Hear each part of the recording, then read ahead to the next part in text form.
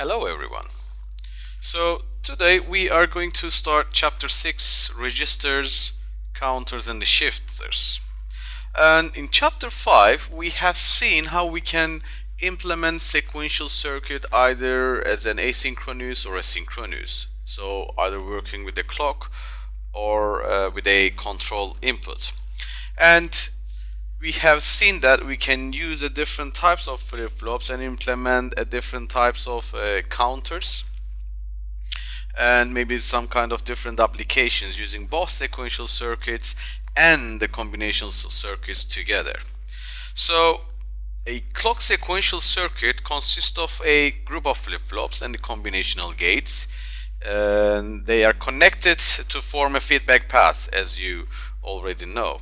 So the flip-flops are essential because in their absence the circuit is just a purely combinational circuit.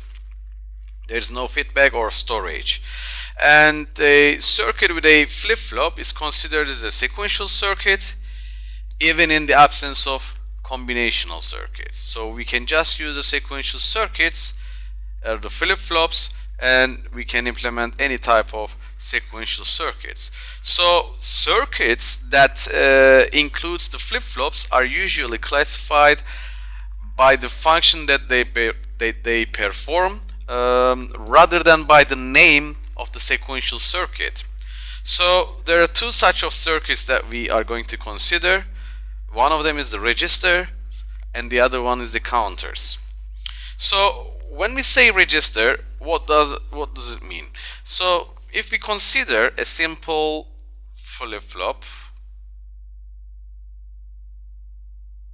we have got input D, Q,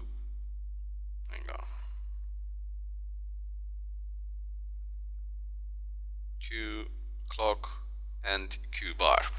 Now this is just a 1 bit of storage. So whenever the clock is changing, the output follows input. So Q is equals D. Now when we talk about the register, a register is a group of flip-flops. So we can have maybe 4 of them together. So this is known as a 4-bit register.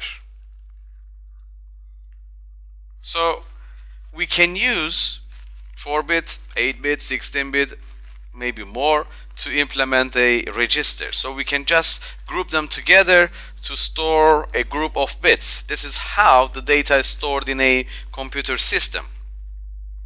So an n-bit register consists of a group of n flip-flops capable of storing n bits of binary information. So in addition to the flip-flops, a register might have some combinational circuit as well.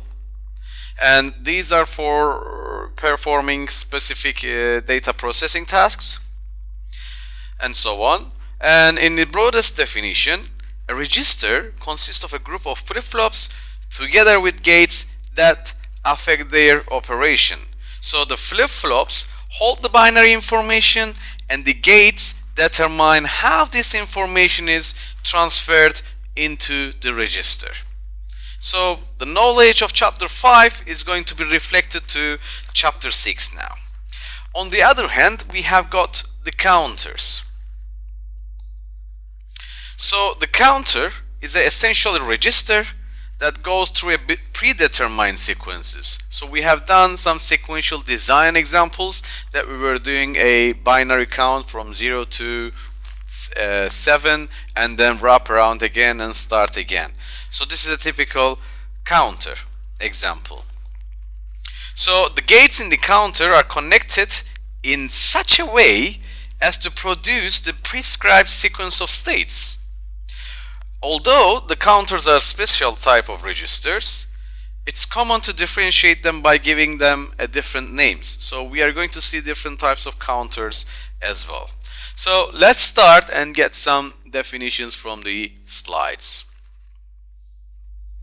So as we already said, register is a collection of flip-flops that can be controlled through common control signals like clock, enable, load, synchronous, asynchronous, set, and reset. So collection of flip-flop, n-bit flip-flops. We can store n bits over there. So for example, simple D-type flip-flop with an enable input can be used to build a register with parallel load capability. So how are we going to do that? Let me erase this. Or maybe I can use that part rather than erasing it. Now, what we can do, we can actually implement a 4-bit register. I'm just gonna draw this over here, and each of these has their own inputs and of course their clocks and so on. So their clocks are connected together to the clock input, and we have got I0, I1, I2 and I3, and of course we have got Q0, Q1, Q2 and Q3. Now what we can have, these can be actually connected to a thick bus. So data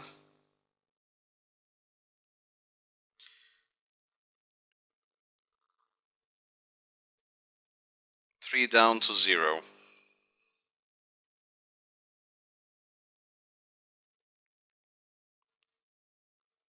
So this bus is actually feeding in these inputs. So I want to have a thick bus over there, and it's feeding in these inputs.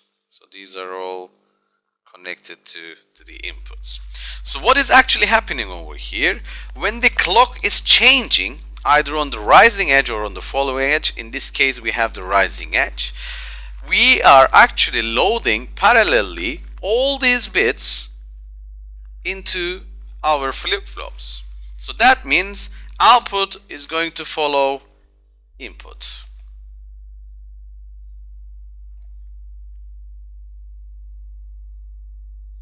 So we can have the parallel load over there. In other words, we can also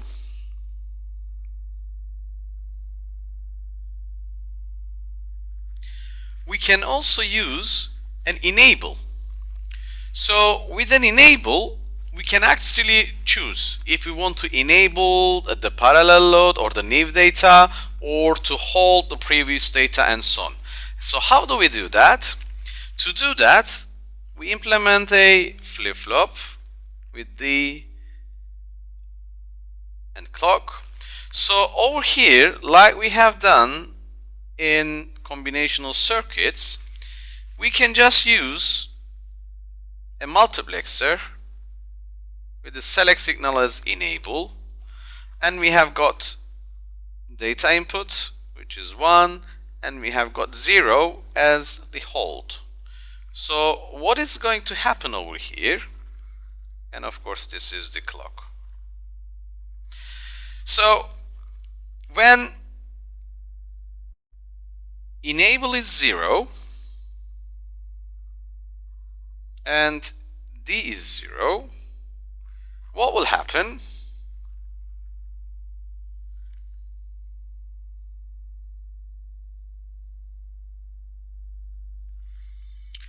So enable is 0, that means this part is going to be activated. So we are actually going to feed in the feedback of the output Q. So we can say that Q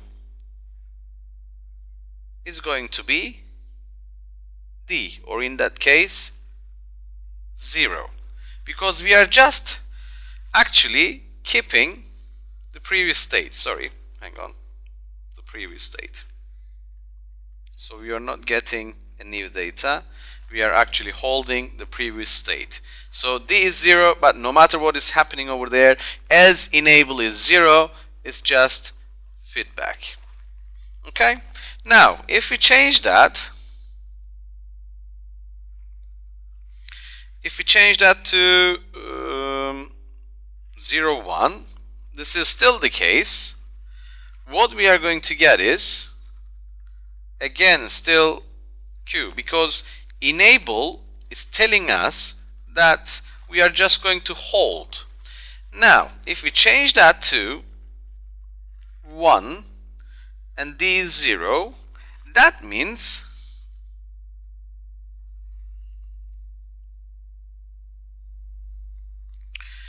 this is going to be activated. So this line is going to be fed into the flip-flop input, so the output is going to be whatever we have got on D. So that's going to be 0. And again, if the input is 1, the enable is 1, and the data is 1, what we are going to get is, again, D with an output which is 1. So output follows input when enable is activated. So we can use this enable and we can load the data based on that. And as a symbol, we have something like this. This is the data, this is the enable input, and we have got the clock, so the Q and Q bar. And this is how we can use the flip-flop. And of course, we can also show this with a 4 bits or maybe n bits of it. So let's do that as well.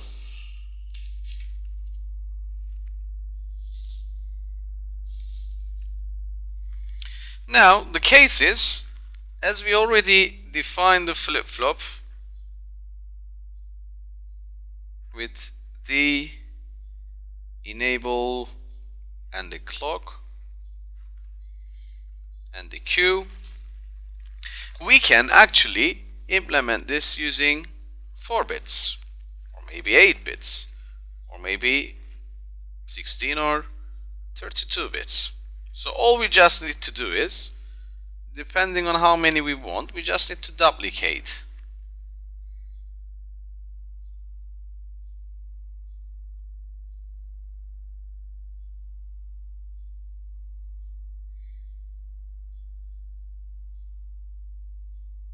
So when we duplicate, we have a similar structure, as you can see. Now, so how are they connected? So the clock signals, as we already know, they're all connected together. So that will be CLK down here. So I just need to connect them over there. Then we have got enable, which is going to be the load. So they are going to be connected together.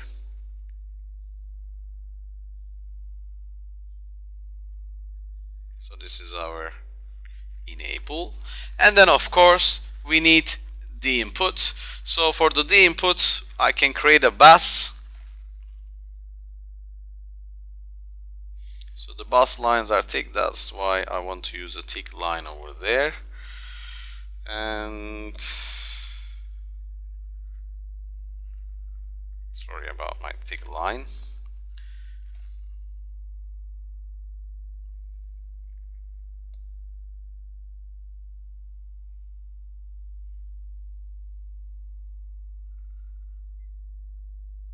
I'm just gonna use this. So that is coming in. Let's say this is D3, that's going as D2, and that's going as D1, and that is D0. So over here we have got D3 down to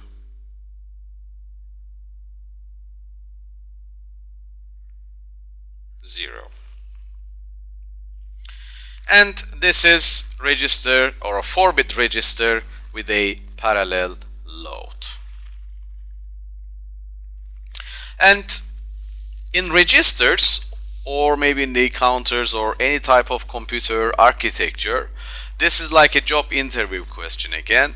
So do you know the difference between the little endian and the big endian?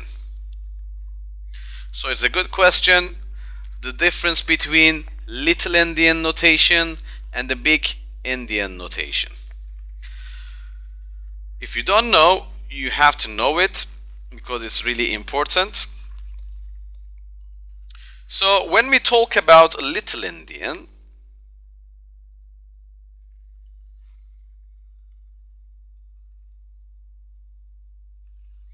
little endian is actually, we have got a register. Let's say this is MSB and this is LSB, and we have got 3, 2, 1, 0. So we have got 4 bits over there. Now this is little endian because the most significant bit is on the left hand side. It's ending the little one or the bit 0 on the right hand side. So this is little endian notation. Big endian notation,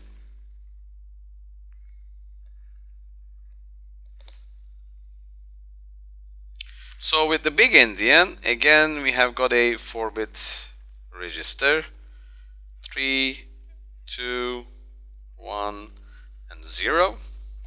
Sorry, it has to be other way around. As it is a big endian, it is going to end with the big.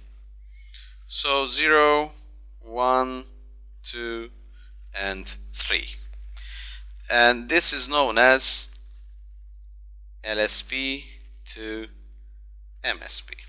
And that's the difference between little endian and big endian. So what we have created is in the previous example, for example, this starts with D0 and comes out as D3, so it's a big endian notation.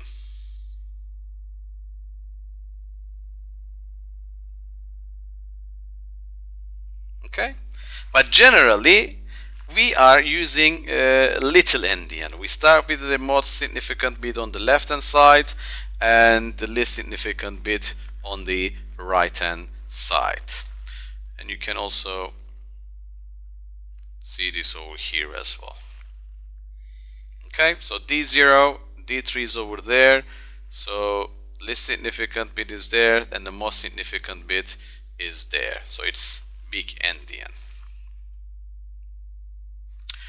Next thing that we are going to consider, we can also have active low clear, or you can say it as reset input. So active low clear, it's like an asynchronous reset. So everything is working with the clock, as you can see, and we have loading parallelly our inputs and we have got outputs over there. The reset inputs is an active low. So when we say active low, if you do remember, the reset signal is always high. If you want to reset the signal, it goes down to 0 for the reset and then it goes back up. So during that period,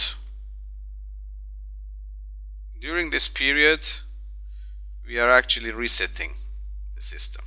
Okay, so that's how active low reset or active low clear is used. Now, another thing that we can consider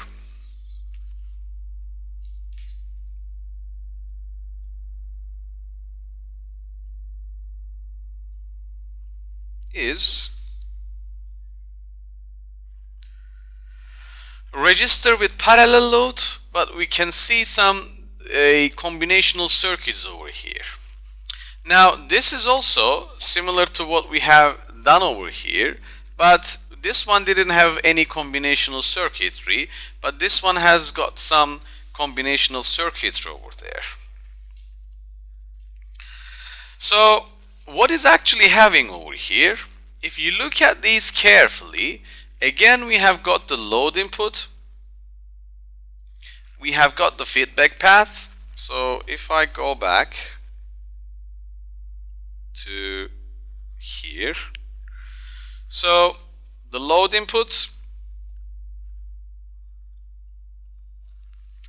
which is enable, we have got the feedback path, so we have got the feedback path, and then we have got the data input,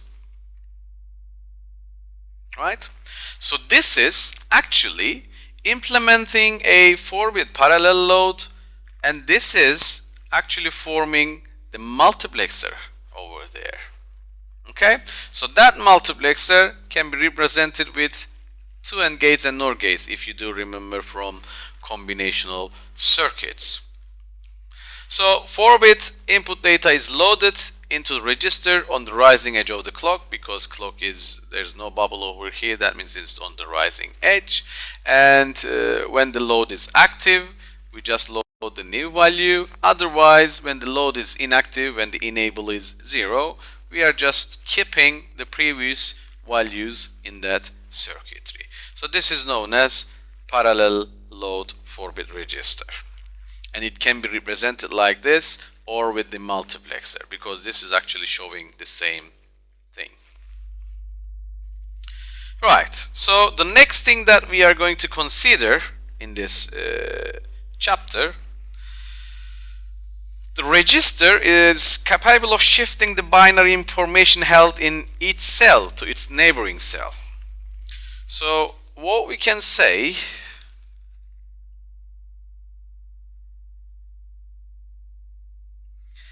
I have got a register, I have got another one, like a train of registers. So one connected to the other one. So what we can do, we can put the clocks over there, and the input and the output. We can actually shift the data from one end to the other. So we can say that this is serial in, we can say that this is serial out, and the clocks are all connected together. So whenever the clock is ticking, we are actually transferring. So when the clock is changing, we are actually transferring data from one end to the other, to the other, and to the other. So we are actually shifting the values. Or also, what we can do is we can add the parallel outputs. So we can have Q3 over there, Q2 over there, Q1 over there, and Q0 over there. So this is also possible. So how do we represent this on a truth table? Let's say we have got clock, we have got serial in, we have got Q3, Q1, Q0, where Q0 is also equals serial out. And let's draw the table. So on the first, or on the 0th cycle, let's say we have done a reset, so all our outputs are zeros. Okay. Oops, I think we skipped one. Hang on. We don't have Q2.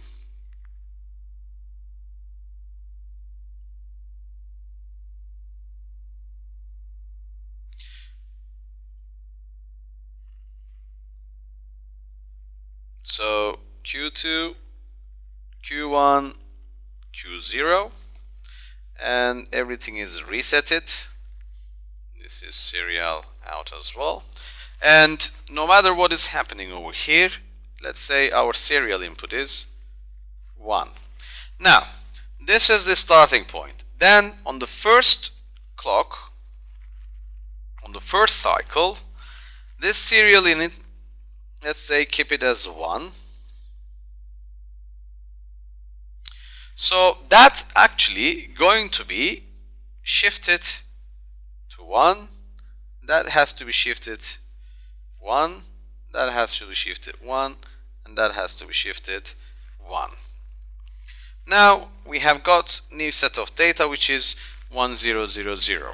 Then on the second clock cycle, what we do, we run it again. Input is 1, so that is shifted, that is shifted, that is shifted 0, and that is shifted 0. So we have got new set of data, which is 1100. Then on the third cycle, again we have got 1, and that will be shifted,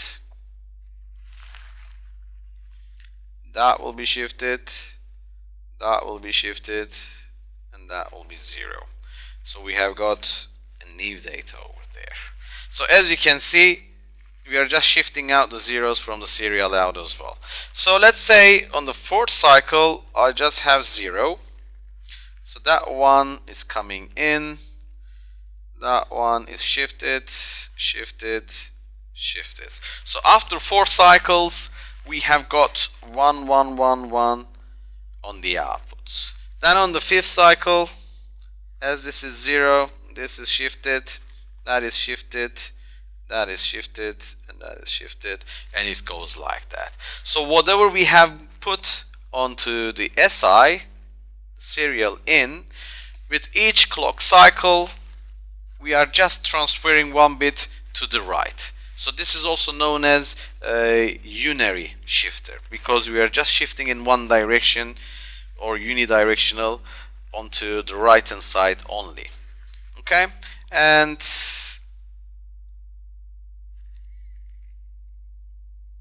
this is SI input, and that's the clock, and we have got serial out, and if you want, you can have the Q 3 down to 0 as well. Okay, so this is how we can implement a shift register. If you have any question, load it down and you can ask me during the QA sessions. So basically, the logical configuration of a shift register consists of a chain of flip-flops in cascade, with the output of one flip-flop connected to the input of the next one. And of course, all flip-flops receive common clock pulses, which activate the shift of data from one stage to the next. So we can actually extend the serial shifters. We can have a bigger serial shifters, 8 bits, 16 bits, 32 bits. And over here, we can also implement a shifter which has more functionalities. So the shift register that we have seen is capable of shifting into one direction, which is unidirectional. Now we can also implement a register which we can shift in the both directional, which we call it bidirectional, or we can implement a register which can shift either as both directions, or it can do a parallel load. So we can shift right, we can shift left, or we can do a parallel load. The question is, how are we going to do that? It's pretty straightforward. We are going to use the flip-flops again, but we have to decide for the logic in front of it. So I'll try to fit everything over here. The flip-flop 1, the flip-flop 2, the third one, and the fourth one. Now, the clocks, of course, they're all connected together to the clock inputs.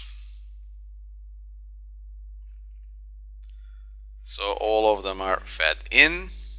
Then we have got the outputs. So Q3, Q2, Q1, and Q0. Then we have got the inputs. Now, how are we going to implement a shifter that goes into both directions, or it can do a parallel load or halt? No change, just hold the previous values. The only thing that I can consider over here that comes into my mind is to use a multiplexer. Let me draw it a bigger one. So with this multiplexer, 3, 2, 1, 0 configurations. So we need to select inputs over there. Another one, 3, 2, 1, 0. Again, to select inputs. 3, 2, 1, 0. Again, to select inputs. And of course, last one will have the same configuration, 3, 2, 1, 0, and the select inputs. So the output of the multiplexer is actually directly connected to the D-type flip-flop. Now, the first part is done. We have got all the necessary information that we need. This is S1, S0, S1, S0, S1, S0, S1, S0. Okay, so what is happening over here? Now, what is happening is we have to decide from which part to where to go and so on. Now, as this is, Q3 is the most significant bit, I can say that it's a little endian, so most significant bit is the left hand side and the least significant bit is the right hand side. Okay? Now, if I want to shift from left to right like we were doing in the previous example, so over here we were shifting it from Q3 to Q0, let's say, okay, from left to right. Now, if we want to do the same thing over here, sorry, we want to shift Q3 to Q2, Q2 to Q1, Q1 to Q0. That means for the first configuration, we can do that shift right. So shift right, we can actually decide what are we going to use for the multiplexers. Okay, so we have got two select lines, to 0, 0, 1, 1, 0, and 1, 1. Now the operation, we could decide that. It's up to us. So what we can do, for the 0, 0, we can hold. So we can say output is holding the previous state. For the 0, 1,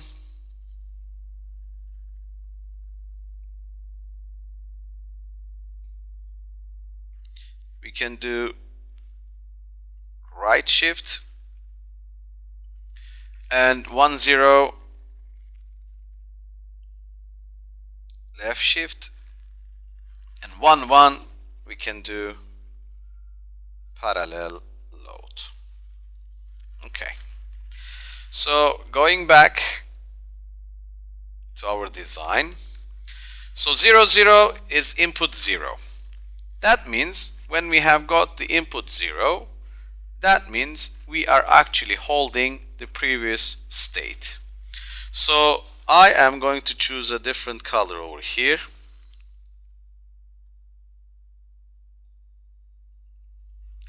And I can say that output of Q3 will be fed in to input 0. Output of Q2 will be fed into multiplexer 0 bit. Then Q1 will be fed into 0. Then Q0 will be fed into 0 input. So now we have got holding the previous state, which is the first one. So that's done. Next,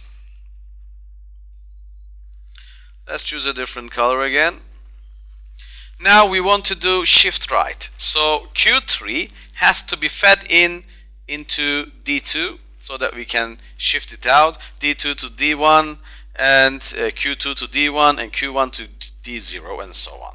So Q3 over here, it has to be shifted into the 1 input and Q2 into the 1 input and Q1 into the 1 input. Now in this case we can shift it. So when it is 0, 1 on the select lines, that means we are actually having fed in Q3 into D2, Q2 into D1 and Q1 into D0. So we have done the shift right. So how about this one? This one is actually serial input for shift right. Okay, so that's input 1. Then we have to do shift left. To do a shift left, we have to get the output of Q0 and fed it into D1, Q1 to fed it into Q2 and so on. So we are going from bottom to top now. So let's change the color again. Let's use the green one. So the output Q0, it's going to be connected to the second input. An output of Q1, it's going to be connected to the second input of Q2. An output of Q2, it has to be connected to the second input of the Q3. Now we have got the left shift, and of course this one, serial input, shift left. Now only thing that we have got left is the parallel load. So to load parallelly, we can just put the yellow lines for each data bit. So D3, D2, D1 and D0, and that will do the parallel load for us. So this is a typical 4-bit universal shifter, and it's really important to know. Okay, so let's carry on.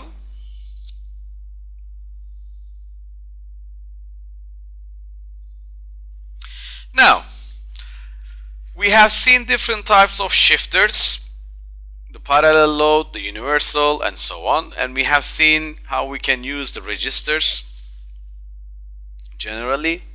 Now, the other type of the register is the counter. So, a register that goes through a prescribed sequence of states upon the application of input pulses, it is called counter.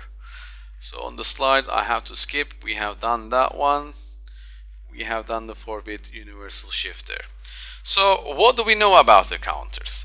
If you do remember from chapter 5, we have seen counters that we can implement it using T-type flip-flops or the JKs or the D-type. It doesn't matter. And we can start counting from 0, 0 with the 3 bits up to 1, 1, 1 and then going back to 0, 0 again. So 0, 1, 0, 1, 0, 0, 1, 1, 3, 4, 5, 6, 7, 0, 0, 1, 2, 3, and goes. So counters are useful for keeping track of time, counting particular events in the design and so on. So maybe next year with the microprocessor course, you will understand how counters are used in microprocessors or microcontrollers. So the sequence of states may follow the binary number sequence or any other sequence of states. So counter that follows the binary number sequence, it's called binary counter. And n-bit binary counter consists of n flip-flops and can count in binary from 0 to 2 to the power n minus 1. And we can categorize the counters as the ripple counters and the synchronous counters. So the ripple counters, which we are going to see now, a flip-flop output transition serves as a source of triggering to the other flip-flops. But with the synchronous ones, this is actually done with the clock itself. But with the ripple ones, the output of one is connected to the input of the other one, output of the one connected to the input of the other one. So this is how are we using the ripple counters, which are also known as asynchronous counters, because they are not synchronized with the clock. And with the synchronous counters, the C input of all flip-flops receives the common clock, which we are going to see later in this section. So binary ripple counters, they consist of a series of connection of complementing flip-flops, which we are going to see in a minute. And the flip-flop holding the least significant bit receives the incoming count pulses. So let's go to the diagram and check this out. Now, if we consider the T-type flip-flop, let's start with this one. Okay, so the first one, which is the least significant bit, which is A0, A1, A2, A3, if you cannot read those. Now, so we can also implement this either using a T-type or D-type, or maybe with the JK, but the idea behind them, it's all similar to each other. So the least significant one is actually get the clock, but the rest, as you can see, are fed in with the output of the previous flip-flop. And the last one, it doesn't get it because it's just counting from there and then starts again. Now, as you can see, the inputs of all flip-flops are connected to enable. So either they can be 1 at the same time or 0. So when they are 0, the T-type flip-flop, if you do remember, when we have, oops, let's use a different color, that's not visible. So with the T-type flip-flop, we know that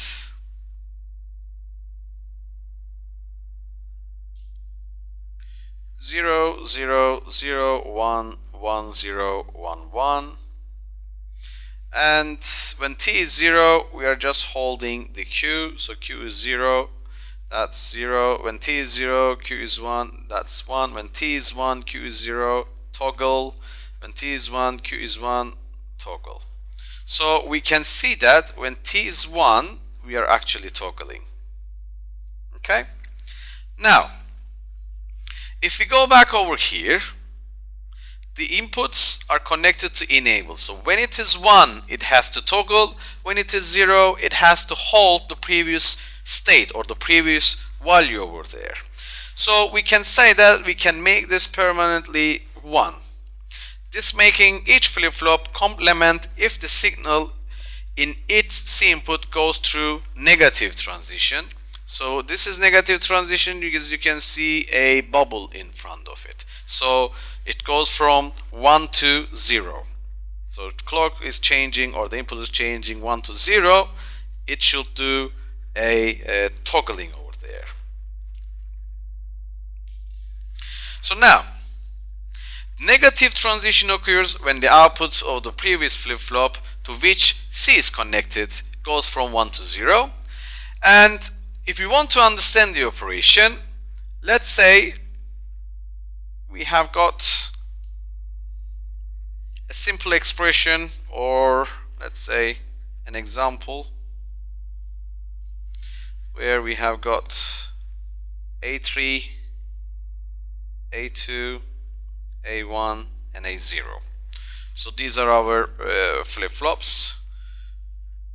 0 0 0 0 0 0 0 1 0 0 1 0 0 0 1 1 0 1 0 0 0 1 0 1 0 1 1 0 0 1 1 1, and of course we have got 1 0 0 0. I'll stop there. Now I just want to show you how this is going to work.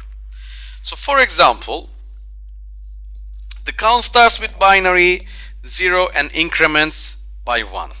Okay? So with each count, what is happening? So after the count of 15, which is going from 1 1 1 1, we are going to go back and wrap around and start from 0 0 0 0 again. Okay? So the least significant bit, which is A0, it's actually this bit over here,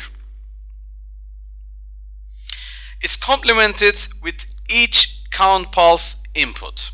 So whenever the clock is coming in from 1 to 0, our A0 is going to be complemented.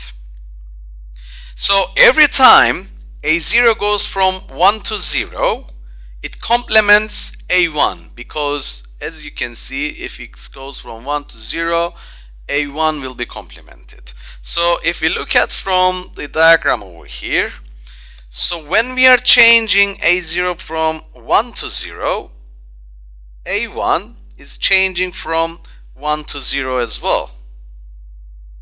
Okay? Then another 1 to 0 over there, and as you can see, that's changed from 1 to 0 as well. Another 1 to 0 over there, and that is changing 0 to 1. So as you can see, A0, it's actually complementing A1. And every time A1 goes from 1 to 0, it complements A2. So let's check that one. So when A1 goes from 1 to 0, as you can see, A2 is changing. And another 1 to 0 is happening there and there. So A2 is changing over here. Okay? So maybe it's not really visible, but over here A1 is changing from 1 to 0. A2 is changing from 1 to 0 as well. Okay?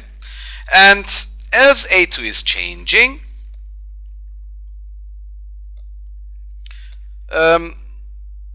it complements A3. So A2 is changing from 1 to 0, and this is also, as you can see, is changed when it's changed from 1 to 0.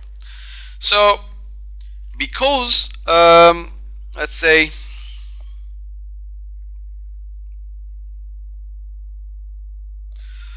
how can I say that?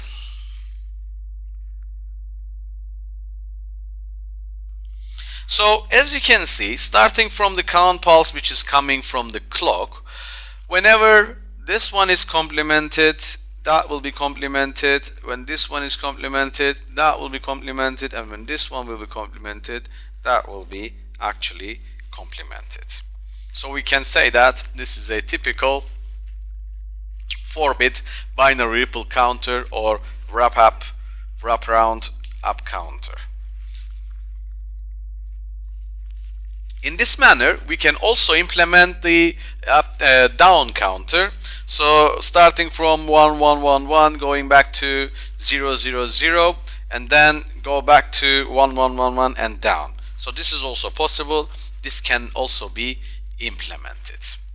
So the next thing that we are going to consider is a BCD ripple counter. let's open a new page. So with the BCD ripple counter, if you do remember, we can easily count from 0000 up to 1001. So 0 to 9 can be easily count up using the BCD. Now, how are we going to implement this using the counter strategy? There's a JK flip-flop implementation of BCD ripple counter. Again, it's an asynchronous implementation, and we need to be careful over here how it is implemented. So there are several steps that we need to take care. Now, before we move on there, let's revise the JK flip-flop characteristic table. So we have got input 0, 0, 0, 1, 1, 0, and 1, 1. And when both inputs are 0, we are just holding. When it is 0, 1, resetting. 1, 0 is setting, and 1, 1 is just the complement of it. So everything is based on this in this example. So the BCD ripple counter, we need to take care of the characteristic table of the JK so that we can easily understand how it is that's going to be done. Now, as you can see, for Q1, the output of Q1 is applied to the input of Q2, but as you can see, we have got bubbles again. That means Q1 has to change from 1 to 0. And each of these clock inputs are in a similar manner, and it's also applied to Q8 in this case. And the output of Q2 is applied to Q4 and so on. So they are working in a manner that one of them is changing, other is going to change as well. So we just need to be careful with the JK characteristics and so on. A ripple counter is an asynchronous sequential circuit, and the signals that affect the flip-flop transition depending on the way they are changing from 1 to 0. Right. Now, Q1 changes the state after each clock pulse. So this is obvious here. Okay? So Q1 is going to be complementing. When we are changing the state, it means we are complementing. So what is happening with Q2? Q2 is actually going to complement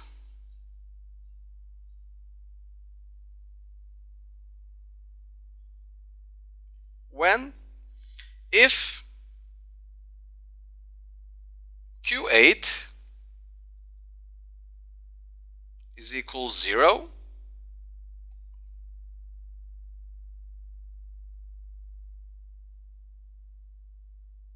because Q8 is here, Q8 bar is fed into J, right? So if Q8 is 0, that means Q8 bar is going to be 1.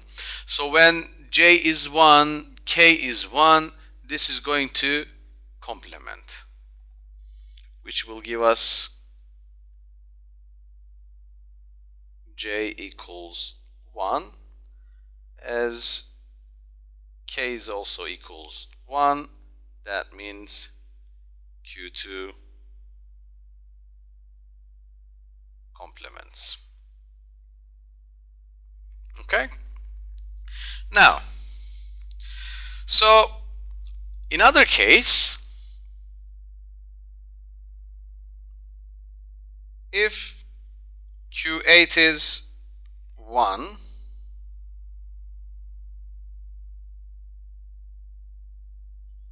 that means Q8 bar is 0. So in that case, J is going to be 0. So as K is 1, this means our Q2 is going to be 0. It's in the reset state, so it's in that state. Okay? So that's what's happening with Q2. Let's see what's gonna happen with Q4. With Q4, it complements if Q2 goes 1 to 0, because as you can see, that's directly connected to its clock. So it's just checking 1 to 0, and J and K inputs, they are both 1. So as J and K, they're all equal 1. So when Q2 goes 1 to 0, Q4 complements. So that's complementing when Q2 goes 1 to 0. And with the Q8,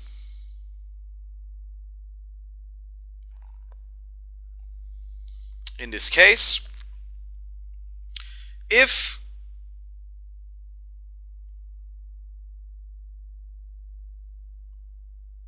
Q2 and Q4, because we have got an AND gate over here which is connected to Q2 and Q4, is 1, what will happen over there? And as the clock input is coming from Q1, Q1 goes 1 to 0, that means Q8 complements. Otherwise, so that means if Q2 and Q4 is equals 0, that means Q8, it's going to be 0, because our J input is 0. So again, it's a reset, so Q8 is going to be 0. Okay, so this is how it is actually working, as it's counting in BCD. So when it reaches to 1001, it returns back to 000 and starts again. So we can actually implement a 3-decade decimal counter. So we can just use a BCD counter or a 4-bit of it, and the most significant bits are fed into the next, and so on. So when that one is incremented, that one will be incremented, and that will be incremented. So we can have the 3-decade BCD counter. So up to now, we have seen how asynchronous counters are working. And the ripple counters covered so far are asynchronous. So the state changes on each flip-flop does not happen at the same clock edge or at the same time. So the flip-flop associated with the least significant bit is synchronous with the clock input, but the rest of the flip-flops change after a number of flip-flop propagation delays, and the maximum propagation delay for the asynchronous counters increases linearly with the number of counter bits or the number of flip-flop stages that you want to consider. And if the counting speed is more important than the counter size, then need to move the synchronous counter implementations. So next we are going to consider the synchronous counter implementations. Synchronous counters are different from ripple counters in a way that they are working with the clock pulses. So the clock pulses are applied and they're all synchronized with the system clock. And the common clock triggers them and they are changing their states based on that clock. So everything is happening at the same time. So, and the decision whether the flip-flop is to be complemented is determined from the values of data inputs, such as T or JK at the same time of the clock. So if T is 0 or JK is 0, the flip-flop does not change the state. If T is 1 or JK is 1, the flip-flop complements or toggles. And the design procedure of the synchronous counters, we have already seen this. within chapter 5. So we have seen a couple of implementations with the T or JK. You can also do with the D-type flip-flop. And the easiest one was the binary counter, which we already seen. So this is a structure of binary up counter using the JK flip-flops. As you can see, J and K's are tied to the count enable over here. So whenever it is count is enabled, this is 1, that's going to be complemented, and count enable and A0, they are ended together. So J and K, when they become 1, that will be complemented, and that one and that will be complemented, and so on. So we can count up based on that. You can actually implement this using typical sequential circuit design procedure. And we can also, rather than having just up counter, we can also implement an up down counter, like we have done with the universal shifter or with the count enable. We can also choose if you want to count up, if you want to count down. So this is just a simple logic over here, and this is actually, and again, it's a multiplexer. So for example, counts up when up is 1 and down is 0, counts down when up is 0 and down is 1, and retains the states when up and down both are 0. Okay, so we can implement this using 2-to-1 multiplexers, and we can select what is going to be done when it is 0 and when it is 1. So 0 for up, 1 for down, and that can be easily implemented. I think these are pretty straightforward. That's why I'm just speeding up a little bit, because we already covered these in chapter 5 as well. So for example, we can also, as I already said, implement the up-down binary counter with a D-type flip-flop. All you need to do is, as D-type flip is just the output follows input, the T-type is the T XOR Q, right? So we can just use T XOR Q over here with the D-type, and we can just convert it to T-type and implement up-down counter using that approach. So it's also pretty straightforward. Now, another important counter that we can consider is the binary up counter with parallel load. So when we say the parallel load, we can, again, like with the universal shifter, we can decide what we are going to do.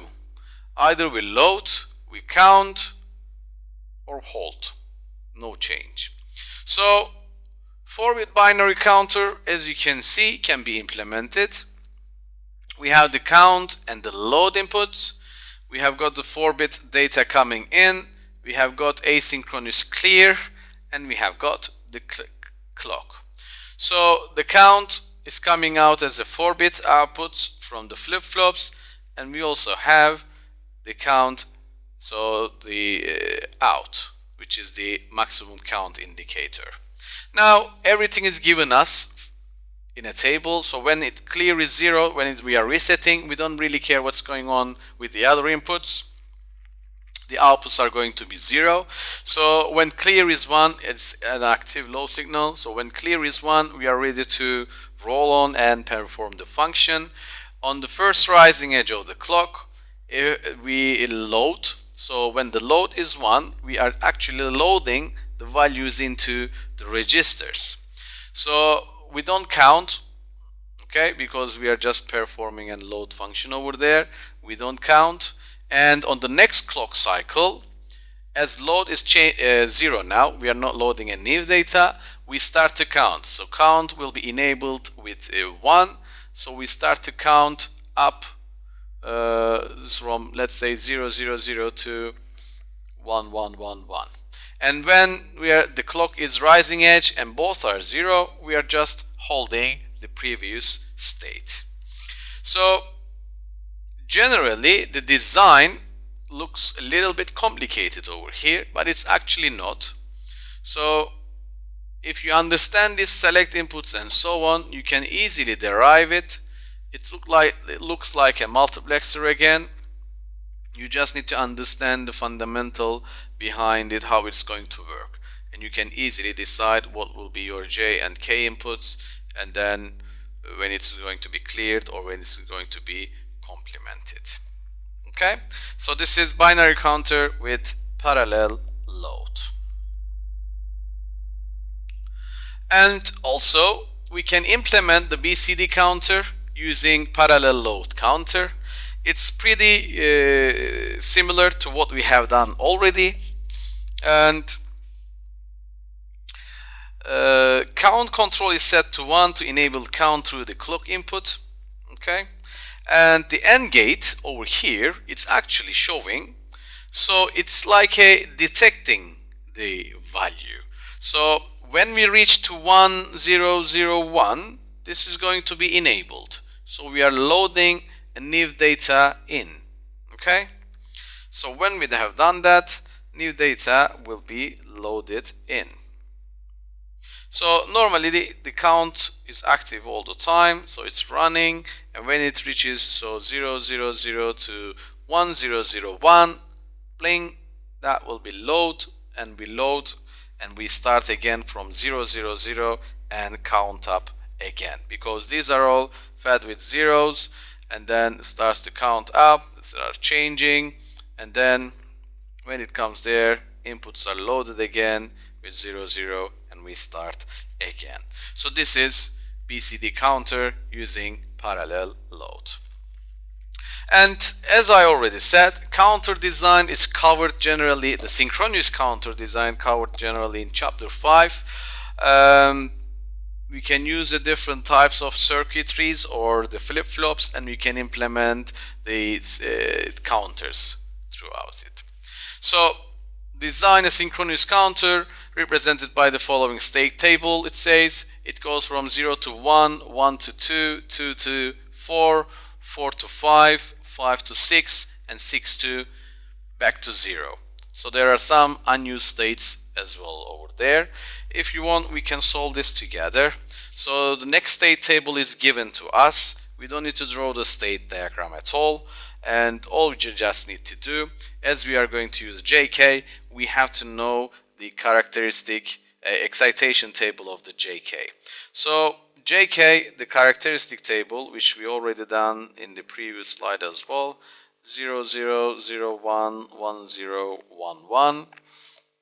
So this is hold, this is 0, this is 1, and this is the complement.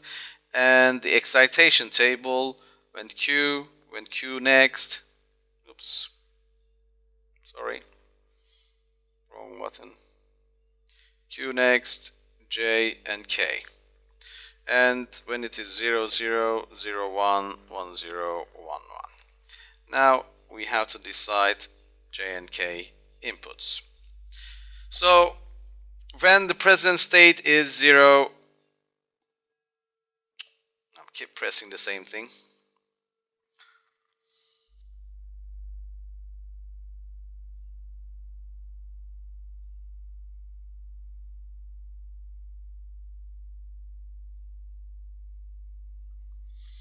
When present state is 0,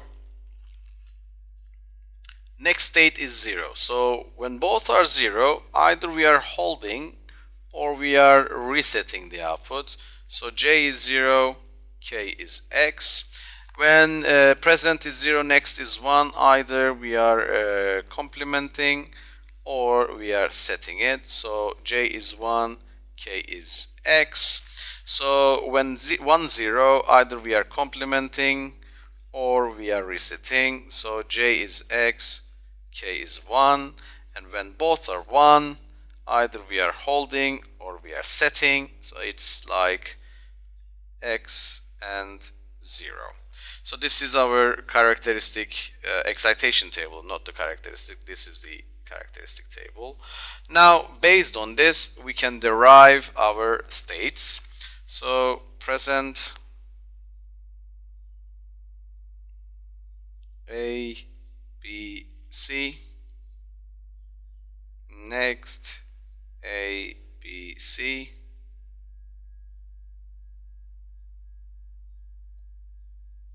It should be C.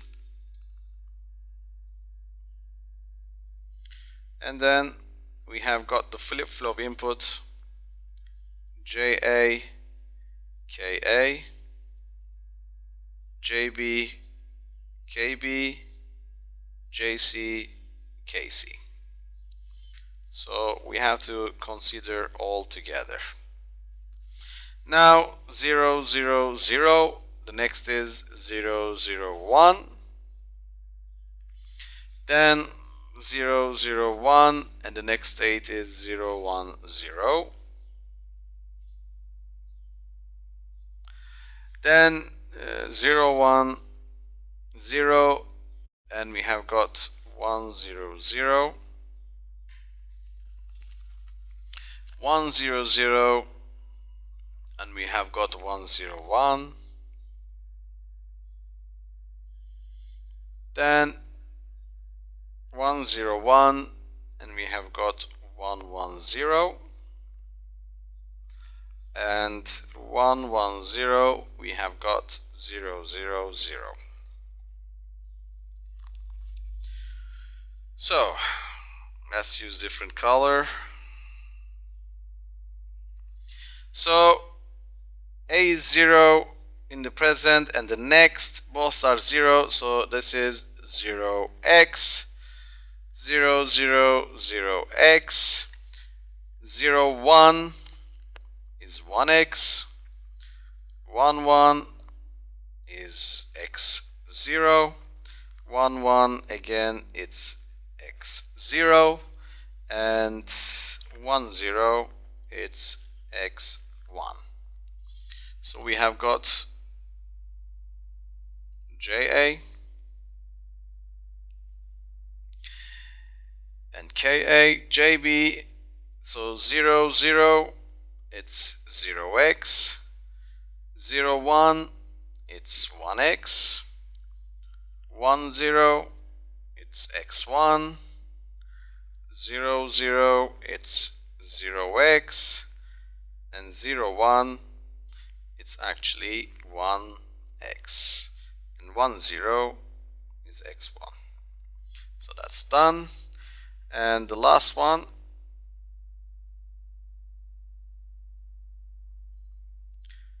0, 1 is 1x, 1, 0 is x1, 0, 0 is 0x, 0, 1 is 1x, and 1, 0 is x1, and 0, 0 is 0x. So we have got our table, and we can easily derive using the Carnot maps the expressions that is necessary. So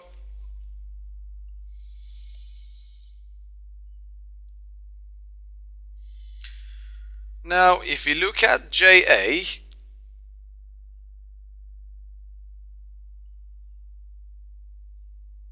and we consider all these things together, we can easily create the Carnot maps and find out what's going on in there.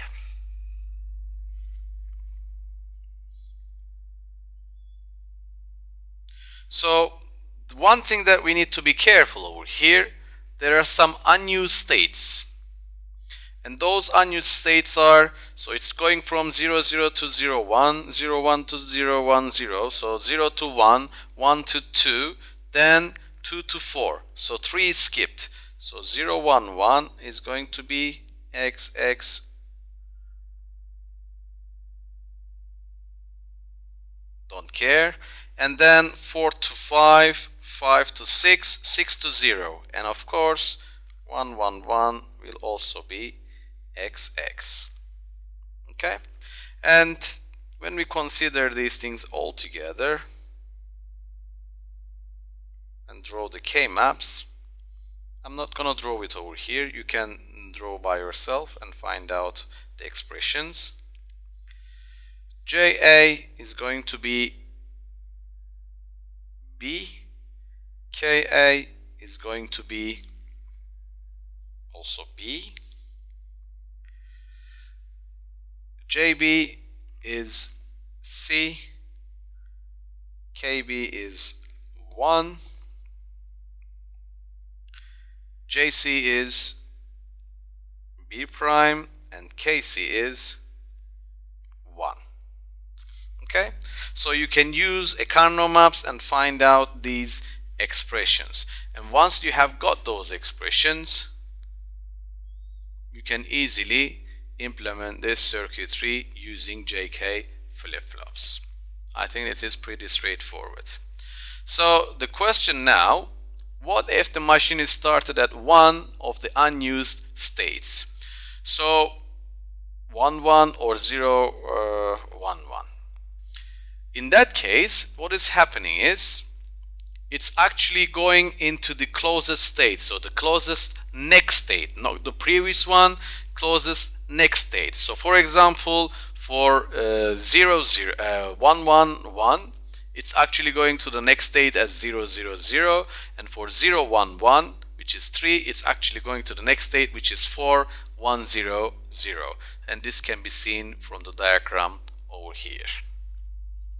Okay, so this is counter design with unused states as well. Now, ring counter. So a ring counter is actually a circular shift register with only one output set any particular time. So count enable is in, and we have got a 2-bit counter over there. And as you can see, we have got 2 to 4 decoder. So 2-bit counter, it's actually going to give you, maybe I can draw that,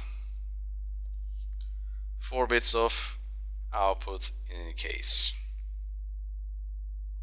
And we can implement this with a, so ring counter, oops, what we can have, let's say,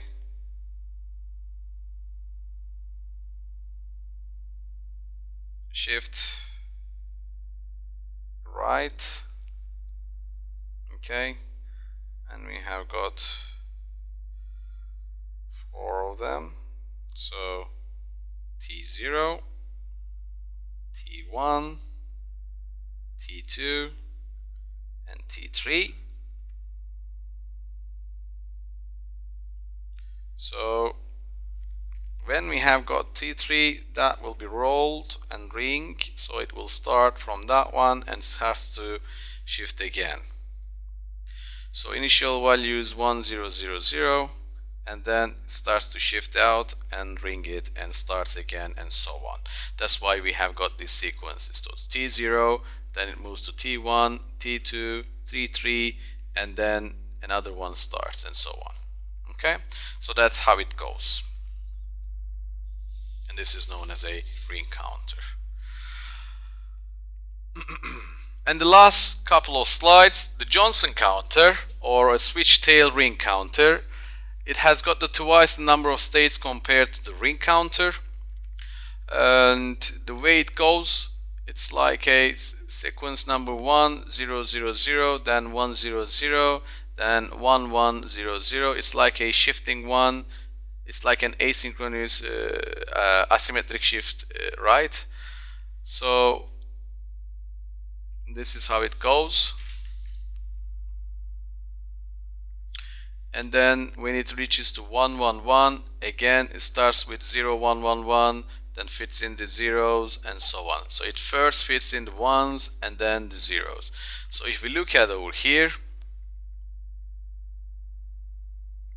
this is pretty straightforward implementation as well. So when it is 0 0 0 0, then it complements. It's got 1 fitted in, then 1 0 0 0, that's 1, so that's fitted in, then 1 1 0 0, that's 1, that's going to be fitted in, 1 1 1 0, that will be 1 as well, that will be fitted in, and 1 1 1 1 1. So on the 5th cycle we have got both ones, that will be 0, and that is going to get 0 0 1 1 1, again another 0, and it goes like this. So this is showing a different types of counters, and we are coming to the end of this chapter, the counters and the registers. Please do study them carefully, try to implement them using the multiplexers and the different types of flip-flops. Again, if you have any question to ask, feel free to ask during the QA sessions. Thank you.